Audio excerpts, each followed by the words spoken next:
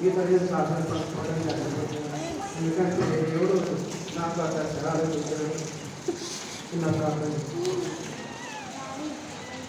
నువ్వు పరిశుద్ధమైన పొందుతుంది గొప్ప దేవాలయం తెలుస్తున్న ప్రభావ ఏకసంగా ప్రపంచాన్ని ఈ యొక్క పరిశోధన ముందు ఎవరో ప్రభావ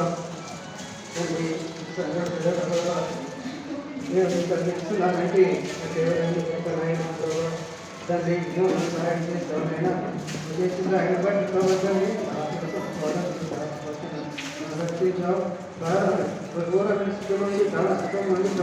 నేను బయట పెట్టి ఇంతవరకు గట్టుగా అడుగుతారు ఆయన ప్రవర్తన ప్రభావ పరిస్థితి ప్రభావ ఇంటి మధ్య అయినప్పటికీ కూడా ప్రవర్తన పాపనైనా కరుణించి ప్రభావ తండ్రి నన్ను కాపాడి ప్రభావ ఇంతవరకు ప్రభావ ఈ ప్రవర్తన ప్రభావ నేను సాక్షి పంచుకుంటాను ప్రభావ ఇక్కడ ఇంటినందుకు మీ వ్యక్తిని సోదరం చెల్లిస్తూ వందన చెల్లిస్తూ యేసుక్రీస్తునామమున ఈవేస్తున్నాను తండ్రి.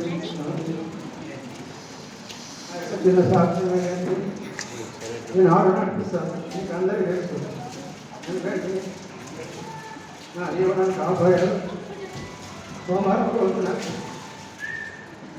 చాలా ఘోరమైన స్థితిలో ఎందుకంటే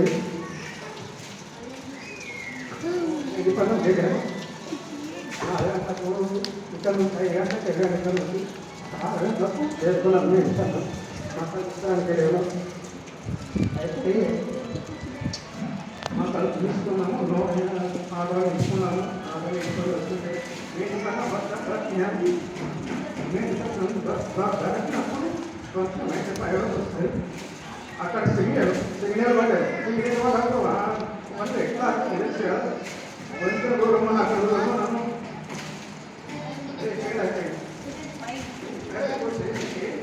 ఏమర్థమైంది చాలా ఉన్నారు.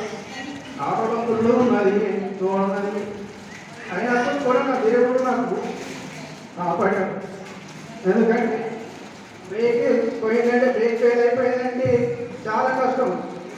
ఎక్కడ పోవాలని అర్థం రాదు, ఎక్కడ ఆపుకోవాలని అడిగిన అర్థం రాదు. ఎంత బ్రేక్ వేసినా ఆడుకోదు. అయితే దేవుడు నాకే తెలుసుకుంటే దేవుడు నాకు కాపాడాలంటే దేవుడికి స్తోత్రాలు.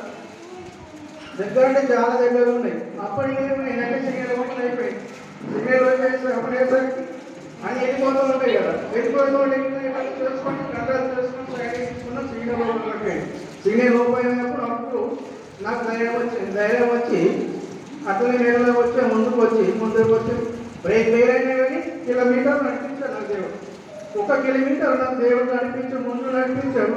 అక్కడ ఆగిపోయి అప్పుడు టైం 6:30 అయిపోయింది. 6:30కు అప్పుడు ఎవ్వరు కూడా మెకానిక్ షాపులు కూడా తెరవాలి. మెకానిక్ షాపులు తెరవయి అయితే మెకానిక్ కూడా దొరకదు. ఏం చేయాలని సమయం లేదు.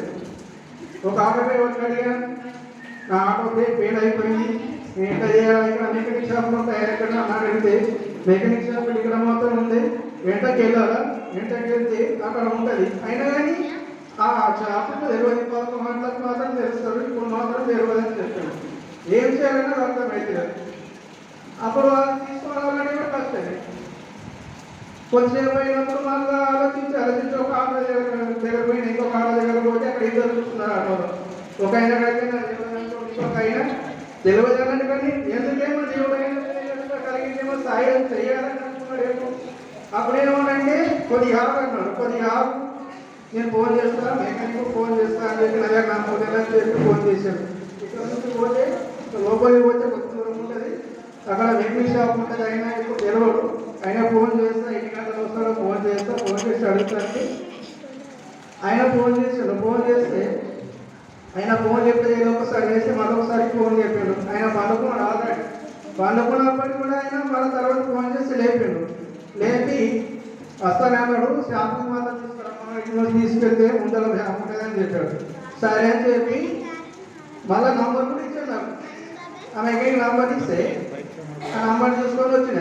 నంబర్ తీసుకొని వస్తే ఫోన్ చేస్తే మళ్ళీ ఫోన్ చెప్పాడు. ఫోన్ లేకపోతే అక్కడే కొంచెం ముందుకు వచ్చినప్పుడు ఇక్కడ ఆటో నిండు పెట్టుకున్నాము. కొంచెం 1 కిలోమీటర్ నా దోస్తు ఉంటాడు. నా దోస్తుకు ఫోన్ చేశాను. ఫోన్ చేసి ఆయన వచ్చేసాను. బయట తీసుకొని వచ్చి మళ్ళీ అయినా ఫోన్ చేశాడు. 2 సార్లు ఫోన్ చేసాడు, ఫోన్ లేకపోయాడు. 3 సార్లు ఫోన్ చేసాడు, లేపాడు. ఆయన నేను ఇప్పుడే లేచినా, నేను ముఖం కడుక్కొని వస్తా, షాపు రండి అని చెప్తున్నాడు. షాపుకు రాదయ్యా, షాపు కావాలంటే చాలా కష్టం. ఇప్పుడు ట్రాఫిక్ జామ్ అయిపోతుంది, 7 అయింది, ట్రాఫిక్ జామ్ అయిపోతుంది, చాలా కష్టం అని చెప్పి అని అంటే మరి నేనేం చేయాలి? 400 రూపాయలు అయితే వస్తే చేస్తాగా, 400 అయిపోయింది. సరే వచ్చి చేసి తీసుకెళ్ళాలని చెప్పింది. వస్తే ఏమనుకోవచ్చేది, మళ్ళీ ఫోన్ చేసి వస్తలేడు, మళ్ళీ ఫోన్ చేసి ఫోన్ చెప్పాడు, మళ్ళీ 2-3 సార్లు ఫోన్ చేసినప్పుడు ఫోన్ లేపాడు. ఇప్పుడు ఎట్లా చేయాలని చేసేసరికి మళ్ళీ ఒకసారి మళ్ళీ ఫోన్ చేస్తే లేపాడు. అయితే నీ షాప్ దగ్గరికి ఇస్తా సార్ అని చెప్పాడు. సరే అని ఫోన్ చేసి అక్కడ తీసుకెళ్తుంటే దేవుడు అది బ్రేక్ ఫెయిల్ అయింది, కానీ అప్పటికి మనం మోపిన బ్రేక్ ఫెయిల్ అయింది, అతని ఆడ తీసుకెళ్ళాడు. ఎందుకంటే దేవుడు నాతో ఉన్నాడు, నాకు సైడ్ చూస్తున్నాడు, దేవుడు నాకు నడిపించాడు. అక్కడ తీసుకెళ్తే మా లొకేషన్ పెట్టాడు. షాపుకి వెళ్ళేసరికి ఆయన బ్రేక్ ఫెయిల్ అయిందని చెప్పేసరికి లోపల టైం లోపల ఇంకా వాచర్ పోయిన వాచర్ తీసుకొని వచ్చి అక్కడ పోయేసరికి ఆ వాచర్ పని చేయదన్నా, నాకు బ్రేక్ ఫెయిల్ అయింది, ఆయిల్ చేయడానికి నేను బయట తప్పించడానికి వస్తలేదని చెప్పి అయ్యో అది నేను తీసుకోవాలి, పిల్లల చేతుల నుంచి ఆఫ్లైన్ తెలియలేదండి. సరే నీ ఇష్టం వెంటనే చేయాలి, ఇక్కడ కూర్చోబెట్టి మళ్ళా ఆ పైన ఫోన్ చేసి సరే వచ్చేసాయంటే నా దోస్తు బండి తీసుకొని పోయి ఆయన కూర్చోబెట్టుకొని నాకు అక్కడ తీసుకెళ్ళి ఆ సామాన్ తీసుకొని వచ్చి చేసిండు. చేసినప్పుడు 400 తీసుకుంటే 400 తీసుకుంటే 200 ఇవ్వమని చెప్పాడు.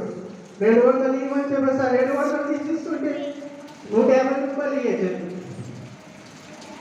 150 రూపాయలు ఇచ్చేసరికి నాకే చాలా బాధ అనిపించింది. ఇట్లేందుకు నాకు ఇట్లా ఇంత సాయం చేసి దేవుడు నాకు అని చెప్పి 150 రూపాయలు ఇచ్చి నేను వచ్చేసిన. 8 గంటలసరికి వచ్చేసిన. దేవుడు సాయం చేసేవాడు, ఎందుకంటే దేవుడు మనతో ఉన్నాడు కాబట్టి దేవుడు నువ్వు సాయం చేశాడని చెప్పి ఇంటికి వచ్చి వచ్చేసి నేను చాలా బాధపడ్డాను. ఎందుకంటే నాకేమో నైట్ నా పిల్లలు నా భార్య ఏమైపోతుందని చెప్పి చాలా చెప్పలేదు, వచ్చినా కానీ చెప్పలేదు అనేది చెప్పుకోలేదు. నాకు ఏడుకో చేసి తర్వాత నేను సాక్ష్యం చెప్పుకోవాలనుకున్నాను. అయినా కూడా ఈ ఒకటే కాకుండా జీవితంలో చాలా ఇస్తున్నారు దేవుడు. ఒకసారి నీళ్ళలో పడ్డారు, నీళ్ళలో ముంచిన బయట పెట్టారు, చెట్టు పైన కింద అప్పుడు కూడా నాకు ఏం నాకు సహాయం చేస్తాను. అగ్గిలో నుంచి ఇంకా దుంకుతూ ఉంటే పిల్లలు చిన్న నుండి అట్లా ఉంటే ఇద్దరు దుంకుంటే ఆడుకుంటా అనుకుంటే 2 మంటలు పడ్డారు. అయినా కానీ దేవుడు నాకు సాయం చేస్తాడు. దేవుడు గొప్పవాడు, సాయం చేస్తాడు. ఎందుకంటే మన పాపలమైనప్పుడు కూడా దేవుడు మనం చనిపోవాలని చెప్పి తనకి ఇష్టం ఉండదు. ఎందుకంటే దేవుడు గొప్పవాడు, దేవుడు మాట వినాలి, దేవుడు సృష్టించాలని ఆరాధించాలని చెప్పి అనుకుంటున్నాను. దేవుడు నాకు సిద్ధమైతే తన పని వాడిగా నన్ను వాడుకోవాలని చెప్పి ఇంకా నేను దేవుని మందిరంలో పని చేయాలా, దేవుని మందిరంలో ఇంకా చాలా చేయాలని నాకు ఆశ ఉన్నది. తన సిద్ధమైతే వాడుకోవాలని చెప్పి ఆశపడుతున్నాను. అందరికీ ప్రయత్నం మళ్ళీ ఒకటి చెప్తున్నాను.